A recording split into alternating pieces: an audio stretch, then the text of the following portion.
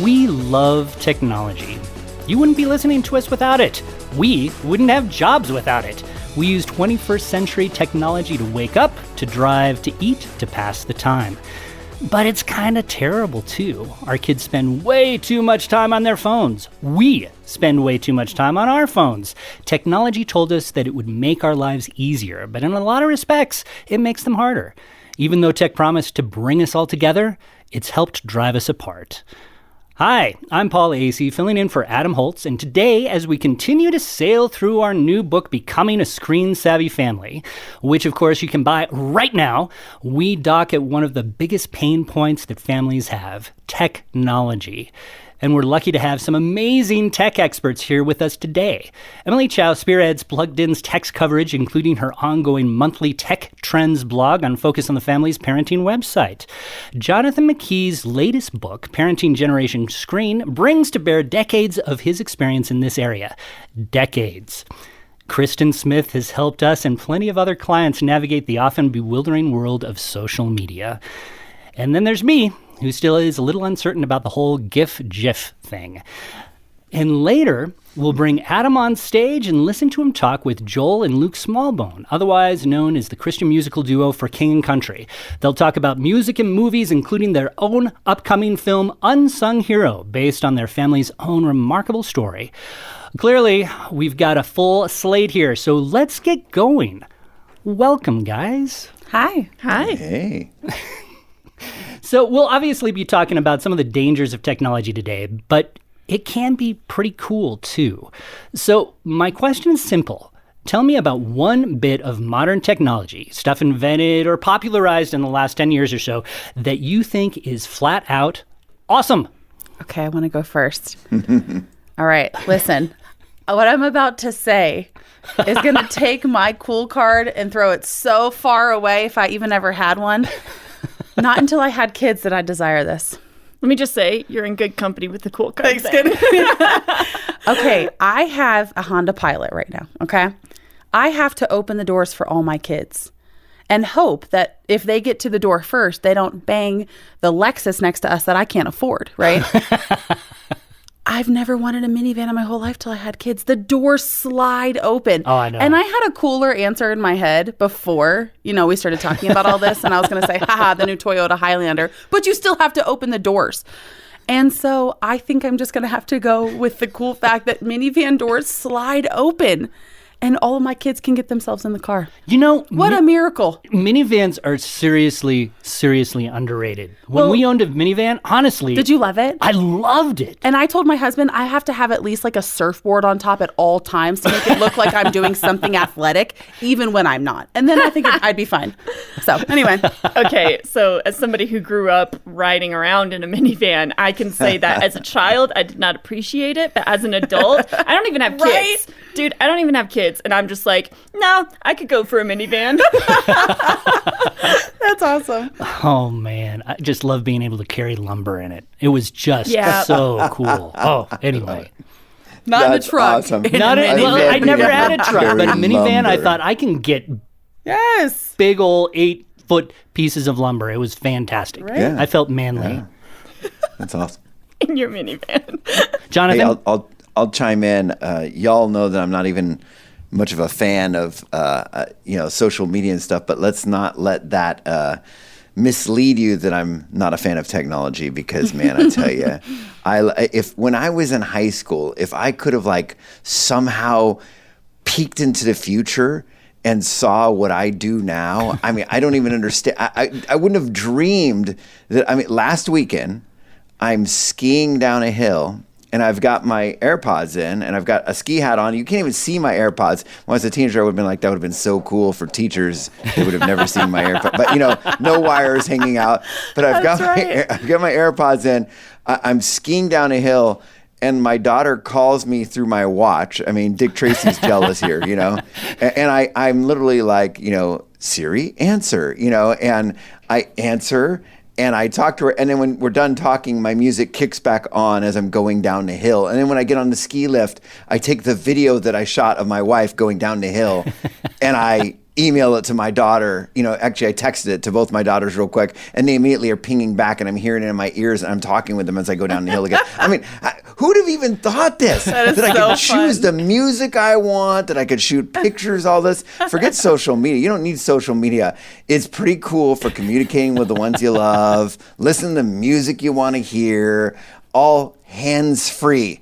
Jonathan, sign me up. You were like a commercial. Yeah, that's amazing. You are the commercial to sell this stuff. That works. That's right. So well. Yeah. Oh, man.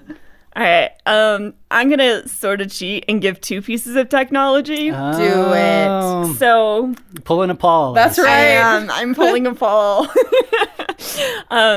So I think my favorite thing is actually something that I got recently, and I am not a morning person, you guys. Like, every time that we come in to record, if it's earlier in the morning, I'm just like, oh, I am not mentally awake. Like, it takes me a good 3 hours to get fully awake. Thank you for being here with us today. Totally. It is not my nature to be a morning person. I have tried so hard and it just does not work for me. But I discovered recently they have these sunrise lamps. And it basically what it does is it goes from like completely, dark, it's turned off, to like it slowly, just gradually gets brighter and brighter and brighter and brighter. It simulates a sunrise. Wow. And so like when it first starts, it's like a really dim reddish light. But as it gets brighter and brighter, it turns into kind of a white light, like a warm white light. And so it looks like but it wakes you up. Interesting. And it wakes you up like gently and naturally. Yeah, no, seriously. Yeah. Because like my biggest issue with alarm clocks over the years is that it shocks me awake. Oh, and that is it's a terrible feeling. It's actually worse for me because it's like, okay, I didn't gradually wake up. Instant anger. Yeah, instant anger. Exactly. But you know what solves instant anger? Instant coffee. There you go. There's my second piece. There you go. There you go. I am a big fan of all those single cup coffee makers. I'm not going to name any specific brands because there's many, but yeah, no. I love my morning cup of coffee. Man, maybe we could have a podcast one time about coffee. But anyway, this isn't the time. I'd be here for that. Yeah. That is awesome. I had actually never heard of one of those sunrise lamps. It's amazing. Oh, my goodness. And it's got a sun set feature, too. So at night, when I'm sitting there reading, I read by the light, and it slowly dims, and I fall asleep, like, before it even gets down to 0. I'm asleep. Wow. So It's do you actually read books, or do you read on your phone? I read books. No, the phone would be counterintuitive because it's its own light. No, Yeah. I read an actual book so that as the light dims, my eyes actually get sleepier. Yeah, that makes sense.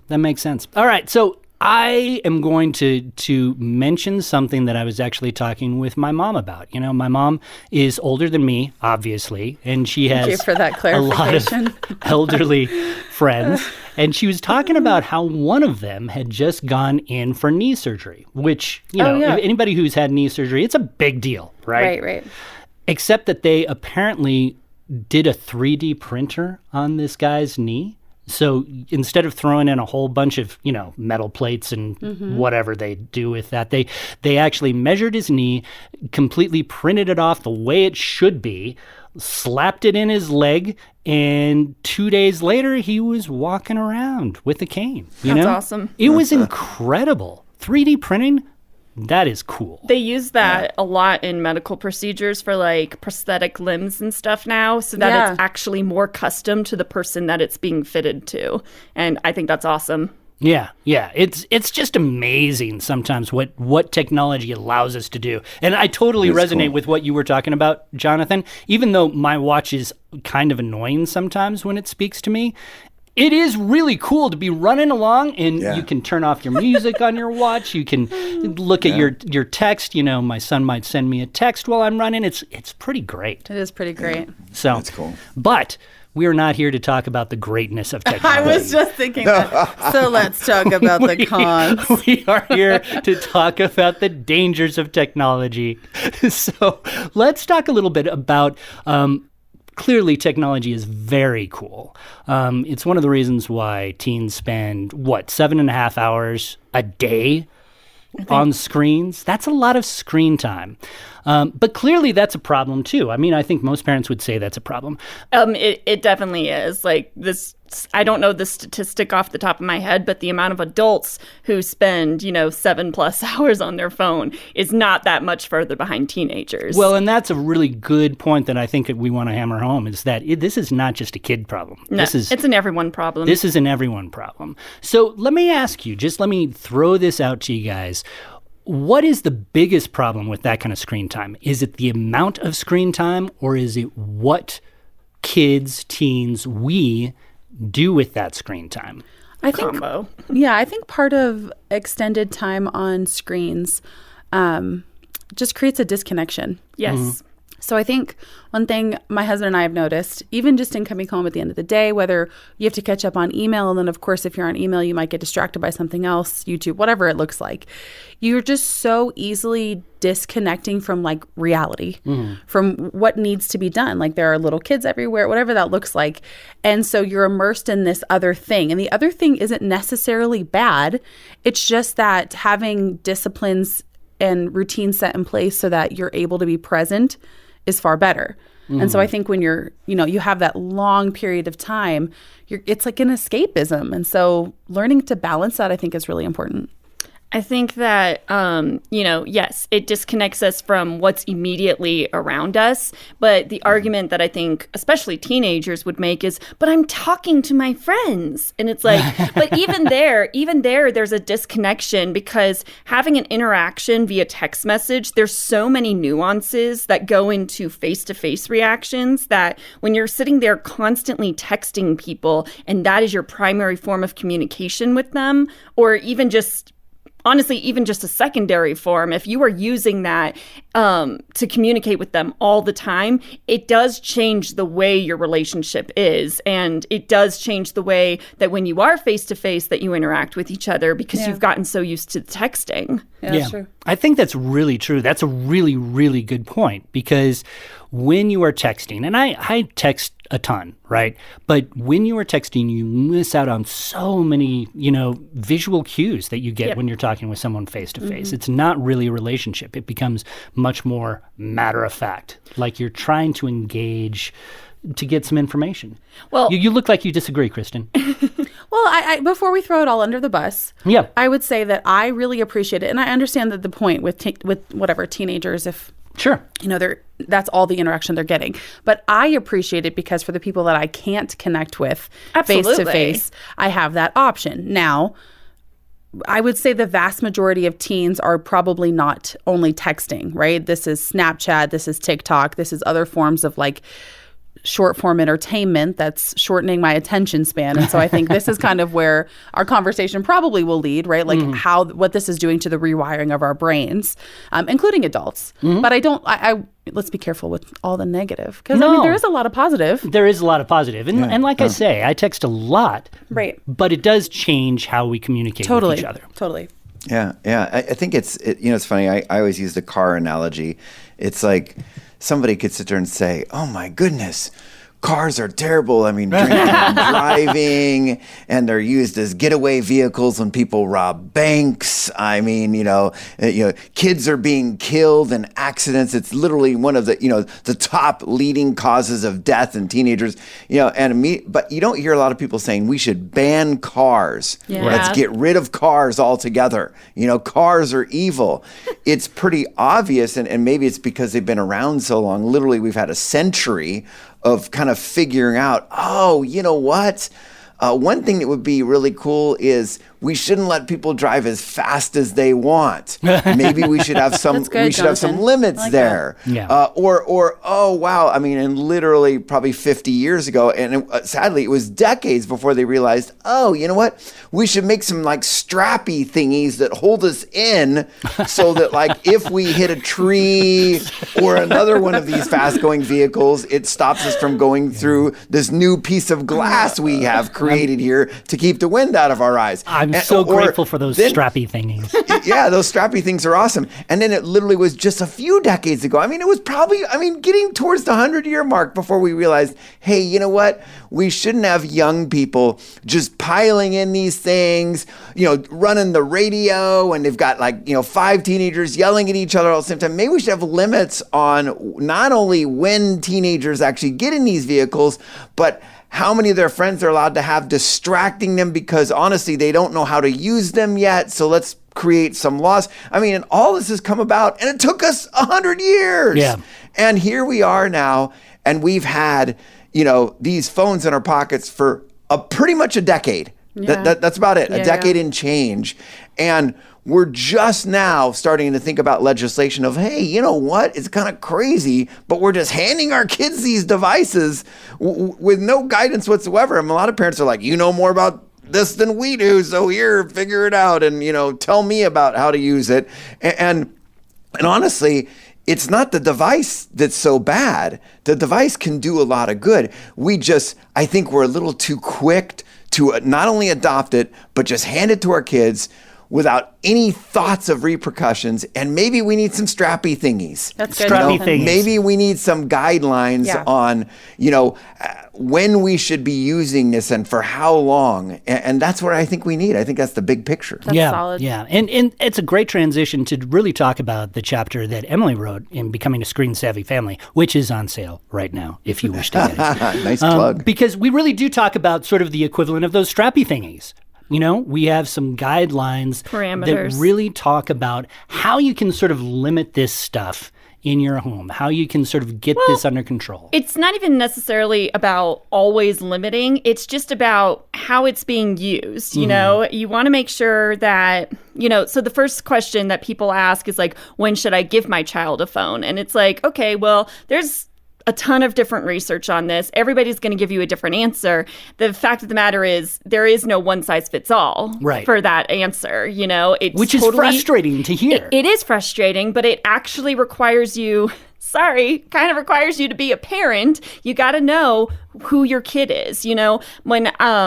When I was growing up, I had all sorts of different Nintendo devices. I would get a new one every time they came out with a new thing because they would stop making games for the old ones, So that was the thing that I always got. I don't even think I didn't have a cell phone until I was 14 years old, and it was one of the old dumb phones, it couldn't even get on the internet. But one thing that I remember is that when I got, my little Nintendo device, my parents never looked at it. They never sat there and said, okay, let's take a look at this and see what's going on, make sure this is safe. And part of that was because they knew me, they knew they could trust me. I was kind of a goody two-shoes. I'm not ashamed to say that. It protected me from a lot of things. But, so it's if you've got the kid who's going to sit there and use the device as it was intended to be used, and they're going to use it responsibly and safely, then maybe the only thing you have to do is oh, hey, Emily, you didn't do your chores? Okay, give me the DS, you're grounded. And that was 100% something that my parents did when I was a kid. And I actually think I mentioned that in the chapter, and so that was a matter of okay, we're not going to limit how much you can use it, but if it starts taking away from your responsibilities, then we're going to take it away as a punishment. And you're going to learn a lesson about, hey, you can't spend 5 hours playing video games and not do your chores and not do your homework and not, come eat dinner with the family. Mm-hmm. The only difference, I think, though, with the phone is that I think I've talked to a couple parents, and that is what they say. I know my child, right? I trust my child. And then you're seeing a lot of negative happen, even when they thought they knew their child, because truly of the dangers of social media, right? I was just advocating for not only the cons, but let's talk about the cons. Because you have this open world. You have this child who, no matter how good your kid is, we all want attention or to be loved, or especially in our teenagers as we're figuring ourselves out, right? And let's say you find that in someone else online who's giving that thing to you. And I think the slope can be pretty slippery, even if your child doesn't intend for that. Their brains are not fully developed or formed. And so 100% to Jonathan's point, the parameters saying you need to have those boundaries in place no matter the child, because they're learning discernment. Well, that brings up my next point, which is parental controls. I know that, it's one of those things where people are like, but they don't work. No, they're not a, end all be all, but they do help. And there are certain different programs and apps that you can download that will help you to monitor your child's online activity so that you can see, oh, this is a new person that my child is talking to. Who is this person? And you can do a little investigating. And it's again, this is like a really hot topic because people are like, okay, but isn't that invading their privacy? And it's like, to a certain extent, maybe, but to another extent, we have to protect our kids. And a lot of experts do say that you should be using some sort of surveillance technology on your child's cell phone. And it's funny, on that debate, I get asked that question all the time from parents, which one of these, systems should I buy to track my kid through Walmart so I can see what aisle he's in and if he's going to buy that candy bar or not? And so, and I just answer parenting. Honestly that, I'm not a big fan of that. I think the repercussions of parents becoming, big brother, I think sometimes it really hurts the relationship. Now, immediately people are thinking, see, he's saying let his kids do anything they want. No. As a matter of fact, in my parent workshops, I'm so very clear. We live in a world where pretty much 8 out of 10 young people bring their devices into their bedroom every night and have them there throughout the night. Yeah. 80%, it's actually 79%. But the thing that's so fascinating is I'm a big advocate of saying no. Yeah. No. And here's a nice parental control where you don't even have to go buy something. You just simply sit there and say, hey, we're not going to have devices in the bedroom. And that even takes a little bit, of work because you don't realize that your kid, grabbed that old, I literally have an old iPhone in my drawer. I saw the other day when I was cleaning out a drawer, I was looking for a cord. I'm like, oh, I forgot about that guy. That was like iPhone 3 iPhones ago, right? And it actually works, but it doesn't have a service. Yeah. Well, I've heard so many stories of kids grabbing those because they're a tablet. Yeah. They can hook them up to Wi-Fi still. You could power them up. And so they keep that under the mattress and, oh, Mom, here's my phone. And then they pull that one out. And so it's tricky, but that alone, having simple controls of like, hey, we're not going to, and talking about it as a family. Hey, let's, as a family, really turn the tech down at 8 at night or whatever. Let's read. Let's do some other things and owning something. That's such a great parental control. Another great parental control, by the way, is just having a password set before they download another app. Yeah, so if your kid decides that they want to download something, you talk about it first. Yeah. So it takes ongoing conversations to talk about this stuff. And that's why we appreciate all you listeners who are here listening to this show with us because we're dialoguing about this stuff. Hopefully this is giving you some subject matter to talk with your kids about because it's an ongoing conversation, which I think is so much more important than parental controls, which, by the way, I just recommended. Yeah. Well, and honestly, that's something that was like the last point. Like I'm going through all these different points in the chapter about like, hey, here's where you can start, but where it ends is you have to keep having those conversations. But another thing that you brought up that is also in the book is you need to demonstrate this behavior. It's not just about telling your kid what to do. It's about showing them what to do with your own habits. Because if you are on your phone 10 hours a day, why should your kid do any different? If you are taking your phone into your bedroom at night, why should your kid not do that? Well, I'm using it as an alarm. Get an alarm clock. Like, they're really inexpensive. They're a lot less expensive than a phone, I'll tell you that. But seriously, you can get a really cheap alarm clock that gets the job done every single day. They have backup batteries so that if your power goes out in the middle of the night, the alarm clock will still go off in the morning. You have to sit there and demonstrate this to them and talk to them about, hey, here's why I do this. It's because of this study that says if I'm on social media for 10 hours a day, I'm going to get depressed, I think those are good points. But I kind of view this as a parent, I can watch, let's say, a PG-13 movie that I'm not going to let my kid watch because of their age, right? Because of whatever's going on with the material. In the same way, I can use my phone differently than my child. But I do agree, of course, if I'm on this thing 24/7, if I'm not connecting with them. Now, primarily, I do like to use this. This is work. Like, I mean, everything is on this thing. And could I buy a different alarm clock? Sure. Will I? I don't know. I mean, I mean, really, like, maybe I should have one. I love your Just honesty. immediately That's negating awesome. everything I just No, said. no. I'm This teasing you. is I'm a teasing pretty you. good alarm clock. I mean, I can It's set a great backups. alarm clock, and I have It all the updates features. with daylight savings. I mean, it's awesome. Even if I don't agree with daylight savings. Anyway, I have this phone that I can plug in that I think the thing is technology creates this convenience. Parenting is a lot. All the responsibilities is a lot. This is like a very easy form to just say it's plugged in. Would it be better for me to have it somewhere else with an alarm clock? 100% probably. Yeah. But I don't. And so I think we also, it's hard to only do that when, like, to speak of the ideals, when we have to also talk about the reality.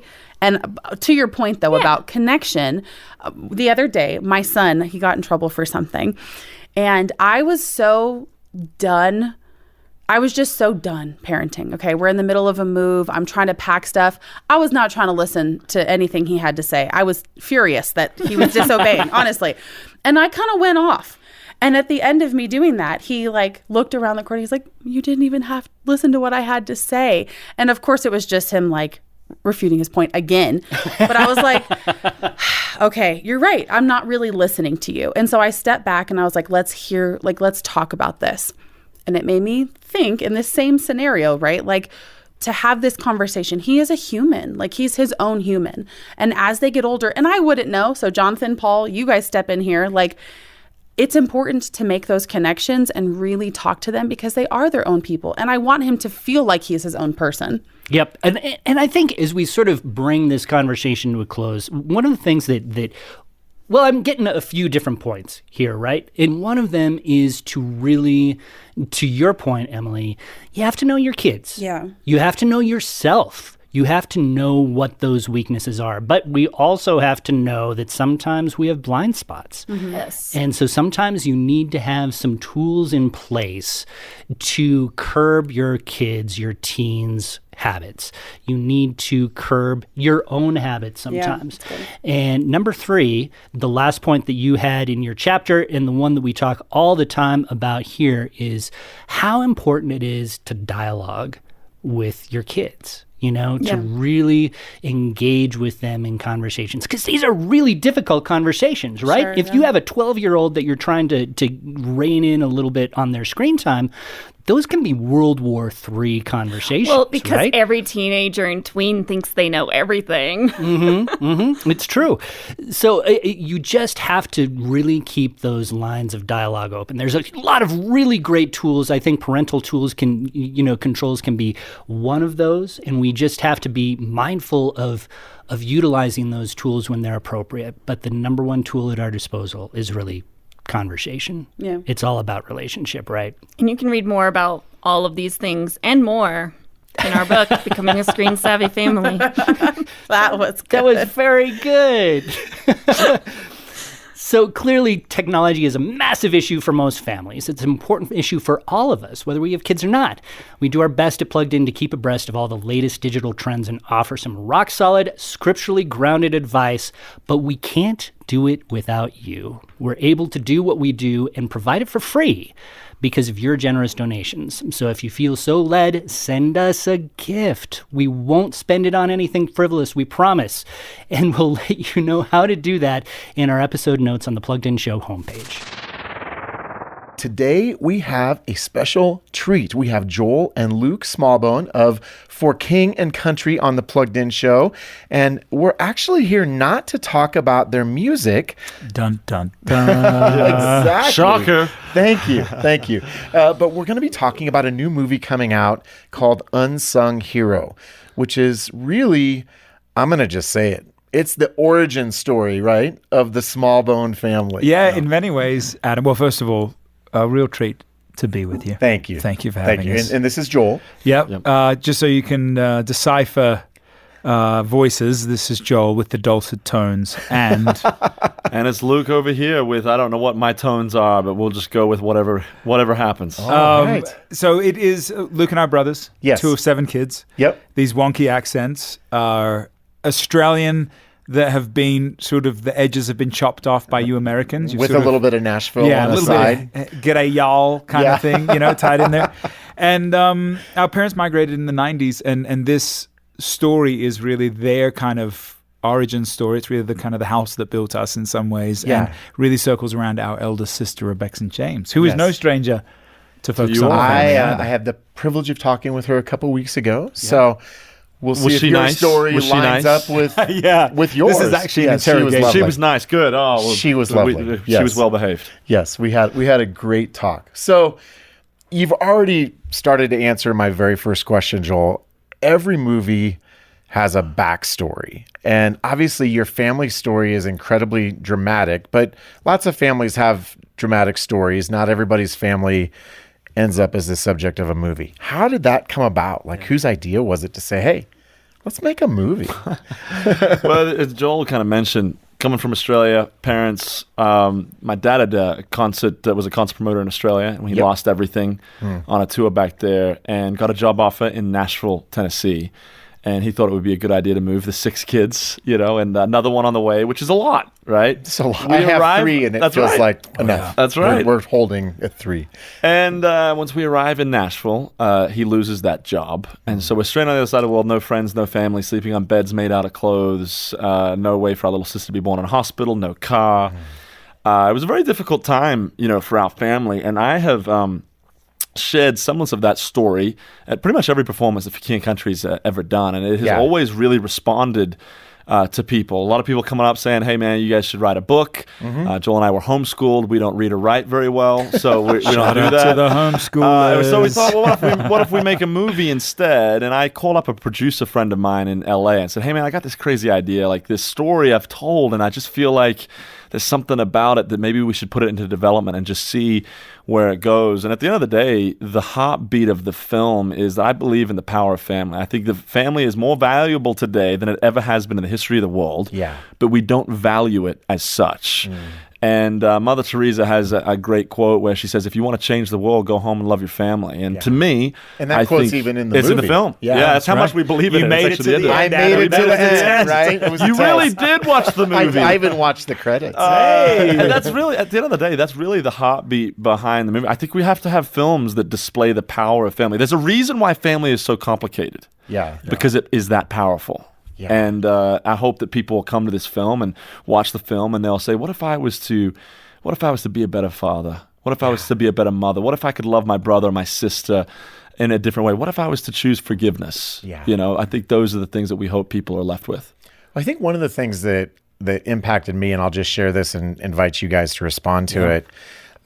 Your dad, David, who you play, Joel, and I want to Yes. circle back to I've that. dubbed it a very expensive therapy session. Exactly. He's a proud man in both maybe good and not so good ways. Like Well said. He's Well said. absolutely, thank you. He is absolutely determined to do the right thing by, providing for you guys. Right. But almost to the point where receiving help is hard. And then he kind of spirals, but there's this moment where he basically says, I've blown it. And I think for me as a dad, that might have been the scene that got me, because I think sometimes as dads, we can't get there for whatever reason. Right. And I loved that part of the movie. I'd love to just hear how that story arc came about. I mean, obviously, I'm guessing it's based on what really happened. It is. Well, it's funny you even mentioned the word based, in that we toyed around with, you've got inspired by a true story, based on a true story. Yeah, kind And of a true story. Yeah, that's exactly what they're saying, right? Yeah. And we actually, I remember in 2020, as Luke mentioned, when we sat down to what we call break the story. What is the story? And we sat down with the screenwriter, Richard Ramsey. And Dad was there, Mum was there. We were all at this table at the Hampton Inn with masks on in the middle of the pandemic. We're doing a drive-in show in Ohio. I think it was Iowa. Iowa. Yeah. It's always Iowa. Yeah, it's always Iowa. And you know what? I'm from Iowa, so I can There you crack go. that joke. Yeah. There you go. And we're sitting, well, thank you to Iowa for this. Then Yes. we're sitting around the round table and we'd just finished telling sort of our family story beat for beat.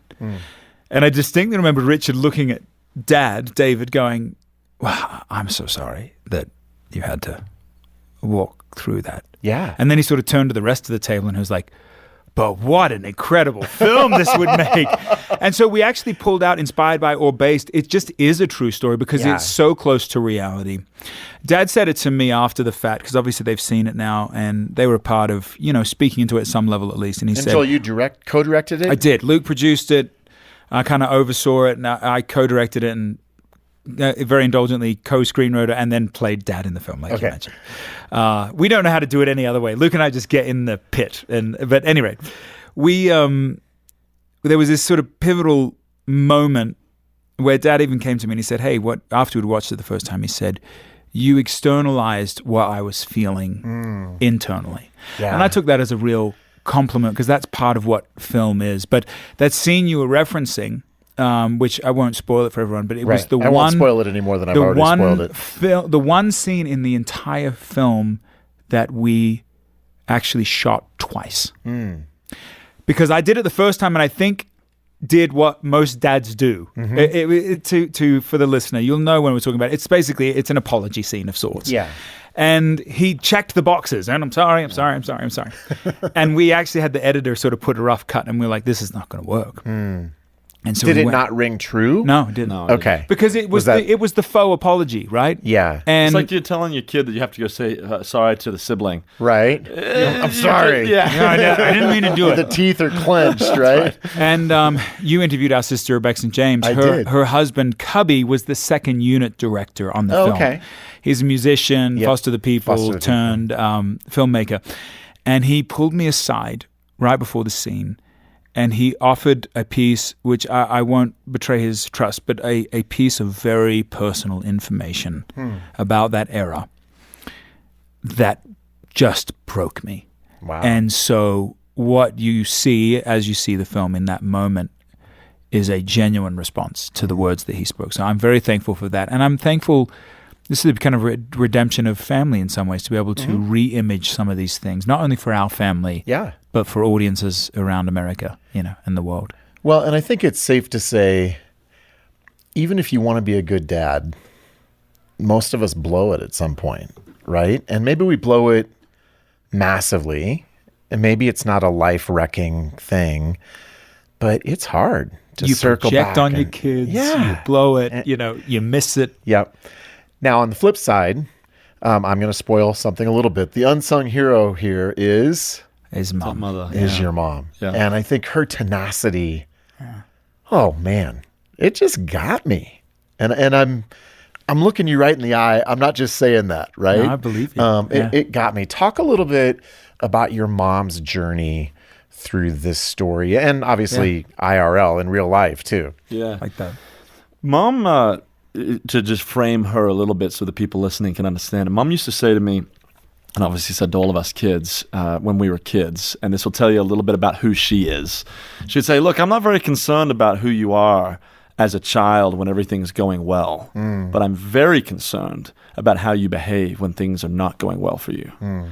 And if you were to sum up a little bit even who she is as a person, is my mom, I think, had practiced what it means to believe in Jesus, to have faith in Jesus for so many years, to come to this point where literally everything is trending in the wrong direction. Yeah. And she got to live out, I'm living out what I've been teaching my kids. What does it look like when everything is going against what we're hoping to do, what we're hoping to achieve, what we feel like God's calling us to do, the decision, who are we going to be? Right. And at the end of the day, my mom passed that test. She passed it with a fierce love for God, a fierce love for her husband, which I think that looking back, especially in modern day, you could go, Mom, why were you so rock solid in that? I think you could ask that question. And then she fiercely loved us kids. And people have come up to us a lot and said... And that comes through in the movie. Yeah. And it's so clear. People have asked us a lot, like, hey, were those scary times? And I was like, no. We knew we were poor. We knew that we were struggling, but we were loved. And if you're loved going through incredibly difficult circumstances, a kid doesn't really seem to care that much. Yeah. Now, some of the older siblings may have slightly different memories of that, but us young kids, man, we were playing cricket inside. Yeah. You know, having all sorts of learning new sports and learning, you know, in a new friend group and all that. There was a lot to really, there was a lot of fun. So when you guys were putting the screenplay together, did you get everybody in the room and like compare memories to try to say, oh, it happened this way? Because you guys were pretty young, Right. I mean, relatively speaking, right? When the events of this movie happened. We had two things that were really helpful. One, we've actually been working on another a project, a documentary of sorts that's yet to be released. That there was a lot of interviews and sort of research done as part of that. And then the second ace up our sleeve is Richard L. Ramsey, who's a screenwriter who I've worked with on screenplays in the past. And, you know, if you're making a film about your family Yeah. and you're producing it and directing it and you're playing your family, Right. You might be too you close. need degrees. Yes, you need degrees of separation. Right. And Richard, he's kind of a history buff anyway, so he literally went methodically through each member. He sat down with some of them probably 3 or 4 hours. So this is a movie that touches on so many family issues, and probably if you've listened this far, you get the picture on that. What do you hope families take away from this movie? My hope is that, and this kind of is goes back to the origination of even just the thought. I think that families are shaping, obviously, the next generations. How you do family has generational consequences. I mean, you guys are focused on the family. You know these things. Preach. You know these things. Yeah. I've not seen a movie about a family like this. No, I haven't and either. that's the And reason it's my why, job to watch them. So. Yeah, and then that's the reason why we wanted to make it, is because I want people to see that in a marriage they could say, well, what if we make this work? Yeah. Like, what's the fruit of me making this marriage work? So to me, to tell stories about families, our family, as you saw in the film, is not a perfect family by any means. But to see if people could start to say, I want to be a better dad. I want to be a better mom. How do I actually go about doing these things? And if we can get people to that point, I think that the mission has been accomplished. Because if you start becoming interested in how to be a better brother, how to be a better sister, mother, father, cousin, Even coworker, to Rebecca? Yeah. Oh, even to Rebecca. And I will say, I love Rebecca. I was sort of always Rebecca's right-hand man. And we have a lot of synergy. So Joel's Rebecca's favorite. And I Let's be also real. interrupted you just now, so forgive me. No, I think that's the point. Is my hope is people will start to see their families. I don't want this film to ever feel unrelatable. Yeah. People need to be able to go walk out of that theater and say, and if we have done this, I would be very, very pleased. Yeah. Why can't I implement that in my family? Well, and I think one of the things that is relatable is you start off almost in like paradise, right? I mean, your family has this huge house and you've got Australia. a swimming pool and it's Australia, and it sort of feels like you've got it all made, and then we'll call it the Australian dream. the Australian. I like that. You should trademark coin that. Yeah. Well, you Americans should. Oh yeah, I like that. That's a good idea.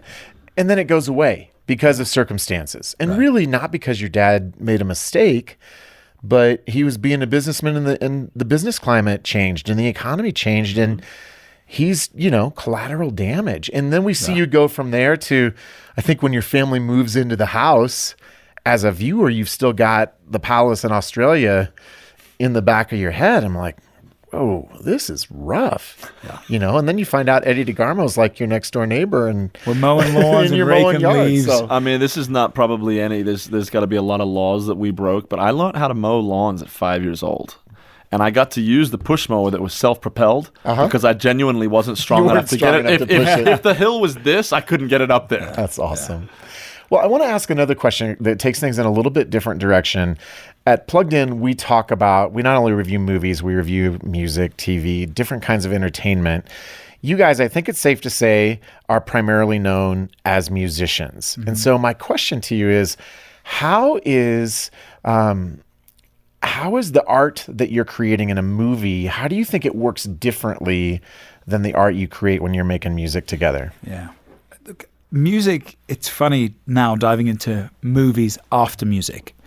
Because think about it, Adam, like music, you have to be all things to all people. Like you are the writer Right. You are the director. You are the producer. You are the marketer. You are the face of it. You're the actor. You're everything, you know. And you're the person people connect with and identify with. And so it was interesting. And we've always been a very theatrical band, you know, kind of dubbed ourselves like the Australian version of a Cirque du Soleil show. And even our music videos have always been, we're either on a ship or we're flying through the air or in the salt flats of Utah, you know. And so we've always had that theatrical bent. But when it came time to do this movie, we sort of had that grit and gristle, all-encompassed approach to the movie. And I kind of loved it. Yeah. I love that we got into the nooks and crannies of the script, and that, you know, Luke's behind the camera and I'm behind the camera, jumping in front of the camera, and we're marketing it. We're talking to you about it. And so I think that served us really well. I will say this, though.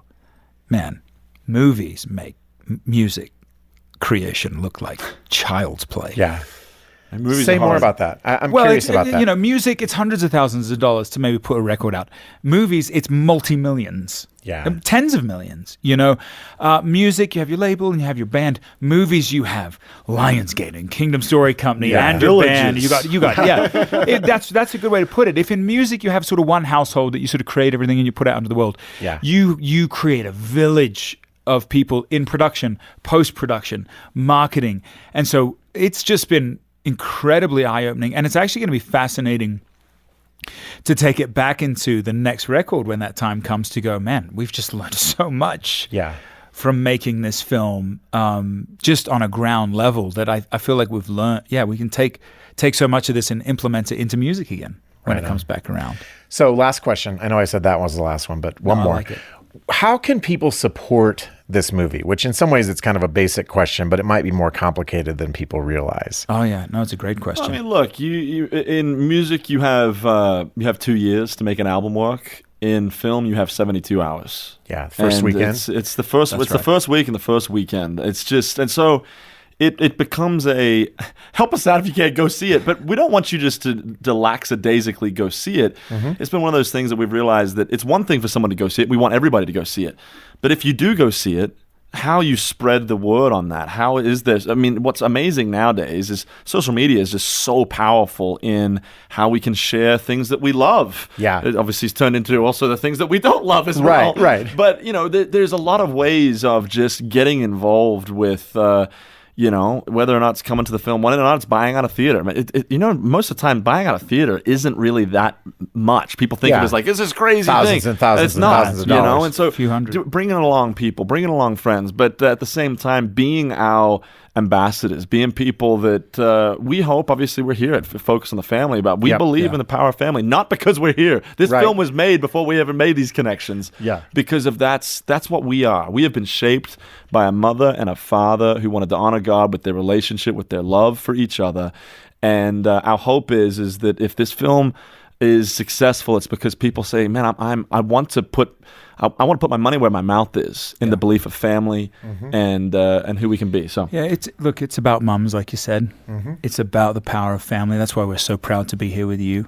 I told you off air, I literally had someone over at Compassion International just across the way earlier today say, you have to play this, Focus on the Family. This is like a match made in heaven. It's the most Focus on the Family movie ever.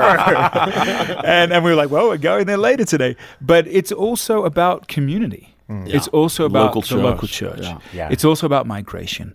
But look, there were miracles in front of the camera, like you saw. There were so many miracles behind the camera. One of them being Lionsgate, who I mentioned, is a distributor. Yeah. And they picked the date April 26th. Yes. Just before Mother's Day. April 26th. April 26th. If there's any question about when it comes out, it's April 26th. It's April 26th. But here's another way to remember it. About a week after they told us, we called Mum and we said, hey, they've announced the date for the release. It's April 26th. And she said, oh, you know, that's our 49th wedding anniversary, right? Oh, wow. You had no idea? No, I lost track of it. I responded, You yes. were cool. We planned that, Mom. That's Absolutely, mother. But Adam, I did the math, and it's because, you know, films release on Fridays. Right. And Fridays only happen on the 26th of April every 7 years. So it's a 1 in 2,555 chance. That's awesome. That would happen. And so, man, we've just seen miracle after miracle, and we feel really honored to sort of steward this story to the world. Again, both behind the camera and in front of the camera. And our charge and challenge is, if you believe in this and if I think you'll be entertained by it, but come out, give us a go. Let's see if we can we've proved ourselves as musicians. Let's see if we can prove ourselves as movie makers. Wow, I love it. And I deeply, deeply enjoyed and was moved by the movie. And April 26th, get your tickets now. Go see it. Support this movie because, we often say as Christians, why can't Hollywood make good movies anymore? When you buy a ticket for a movie, you're casting a vote and you're telling Hollywood, more of this, please. So go see it. I've dubbed April 26th Family Day, by the way. Family Day. You've got I like Mother's it. Day. You've got Father's Day. I like it. We need a family day. I like it. I would have thought Focus on the Family could really make a go Yeah, at this. let's do it. think we can. Not only have I dubbed it Family Day, I've dubbed it Focus on the Family Day. Family Day. I like it. I'll leave you with a quote. A friend of mine sent this to me the other day. They said, speaking of focusing on the family, they said, a family can survive without a nation, but a nation can't survive without a family. Amen. And now it is time to play a little game. The game today, name that movie. So, just to refresh your memory, Name That Movie is about picking a movie and give it a witty descriptor, a one-sentence descriptor to the rest of the team. And bring a couple of extra hints just in case we don't get it right away. The rest of us will try to guess the movie. And the theme for today's Name That Movie, a movie that makes future technology either look fantastic or really terrible. Jonathan, I choose you. All right, here we go. Here's my little one-sentence descriptor. Ready? I'm ready. Love brews between an unlikely couple via the anonymity of a new digital platform that's all the rage. Oh, my. You've Got Mail? Oh, that's a good guess. Yes, that's it. This new, Kristen, brand I'm new disappointed digital in you. I'm platform that's disappointed in all the myself. rage. You've got no. My favorite. Good job, Emily. You're carrying the crown for us all. Good Yeah, I know. job. Wow. There that you was go. excellent. That's right. That was very good. That was very good. Nora Ephron film, by the way. There you go. Nora Ephron. All right, so I feel like I Emily, need to read some of her books. your reward is to go next. Okay. TV comes to life in this story about a cast who is mistaken for a real starship crew. Oh, You know it. I know it. It's on the tip of your tongue. Galaxy Quest. Yes. I've never seen that. Okay. Oh, it is so good. Just It has some alone. plugged-in problems. It's got Alan Rickman in it. You have to watch Yes, it just for Alan him. It's got everybody in it. Okay. Sigourney Weaver. Tim Allen. Oh. Yeah, Okay. yeah. Fun. It's pretty great. It's amazing. It's so meta as well. And I just, Yeah, it's very intelligent. it makes so, my little nerd heart just warm and happy. That's always a good feeling. nerd heart. All right, Kristen. Okay. A young woman seizes the opportunity of a lifetime when she lands a job with the world's most powerful technology company, but she uncovers some dark, dark secrets. Circle? That's right. Oh my goodness, I am Emily. on it today. You are on fire. I am so impressed. What is with me? Wow, that sunrise lamp is really working. I mean, truly. Good. Truly, I'm more awake than I normally am. That's got to be it. You're going to get Paul's quickly then. Let's You hear are. it. Let's hear it, are. Paul. You're going to Unless get I this don't. super quickly. This Well, is the it's- most easiest one. Here we go. Technology is great, but it can't hold a candle to gliding teddy bears with rocks. What are you talking about? No, it is Star Wars. Wait a second. And the movie is... Return of the Jedi. There you go. Yeah, so Ewoks. Endor, the okay, there we go. Ewoks. Your That's good. brain! Like, I was round like of gliding. applause. Wait, what's gliding Gonna though? do a little dance. Don't you remember they were on their little gliders and then they would Yeah, drop they the would drop rocks the on rocks the... on the stormtroopers. on the- big old chicken-like things? Yeah. Yeah. That's Did true. I? That's true. I thought it was like Ted. Like, that's about a teddy bear. Well, Like, should we be talking you about that said movie? teddy bear, and I hesitated because I was like, wait, Yeah, Okay. I thought. and also, I really didn't think it was Star Wars. Well, you would think. You would think. You would I think. don't know. I get in this chair and I just start channeling at him. Okay, I so guess. whoever sits in the host chair their it- brain is it's just- 24/7 Star Wars. It's just Star Wars, The Matrix, all the time. Oh man. Well done, well done. And you know what? Just for fun, we have a YouTube video of it was Star Wars trivia between Kristen and Oh, who knows my nothing goodness. and Adam who knows everything. Please And let me don't just watch say it. it's hilarious. It is hilarious. That's one of my favorite things we've ever done on YouTube. All right. So, Emily, congratulations. You clearly won Seriously. this game. Way to go. Yeah. Your prize, nothing. I'd love to Bragging give rights. you. A copy of a new book. Yeah. Respect. Honor. I don't know. already have a copy of Becoming a Screen Savvy Family. Yeah. And you should go There you pick up go. yours You today, should right now. You should, and there is so in demand that my copy disappeared right off my desk. Are you serious? So honestly, if you send us a gift of any amount, we will send you a copy of our shiny, brand new, helpful book written by all of us. One so precious that it is clearly in demand even in the plugged-in offices. So if you want to know how you can actually go about doing that, giving us a gift of any amount, check it out on our homepage and we'll tell you all about it. Guys, thanks so much. This was a really fun conversation. Yeah, it was. And I thanks. want to thank you, the listener, for spending time with us today, too. This is one of the highlights of what technology can do. I love it when technology brings us together, and it brought us together, us little plugged-innerites, into this very room. It allowed us to talk with Jonathan way out in California, and it allows us to bring in listeners from all around the world, which I love. So if you would, use technology to chime in on the conversation yourself. Why don't you share your thoughts on Facebook, Instagram, or leaving a voice message on the Plugged In Show homepage? That's right, a voice message. Tell us about your favorite tech-centric movie or what bit of technology you love or you hate or a little bit of both. And tell us about the unsung heroes in your own life. And then connect with us again next week on the Plugged In Show. Have you felt it? The calling? The whisper from God that you are meant to help children in out-of-home care? This might be fostering or adopting a child, kinship care, or as a valuable family ally. Focus on the Family has created a website that can help you find your unique purpose at waitnomore.org. No act is too small to a child or fostering family that needs your help. Learn more at waitnomore.org.